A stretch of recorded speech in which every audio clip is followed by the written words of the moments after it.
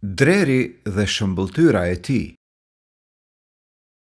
Një dre, duke pirë ujë nga një burim i pastër si kristali, e pa veten të pasqyruar në ujë. Ai e admironte shumë harkun e këndshëm të brirëve të tij, por i vinte shumë turp nga këmbët e tij të holla. Si mund të jetë? Pshërëtiu ai. Të jemi mallkuar me këmbë të tilla kur kam një kuror kaq madhështore.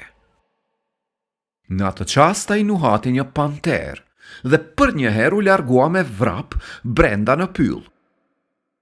Por ndërsa vraponte, brirët e tij të përhapur u ngatruan në degët e pemëve dhe së shpejti pantera e kapi atë.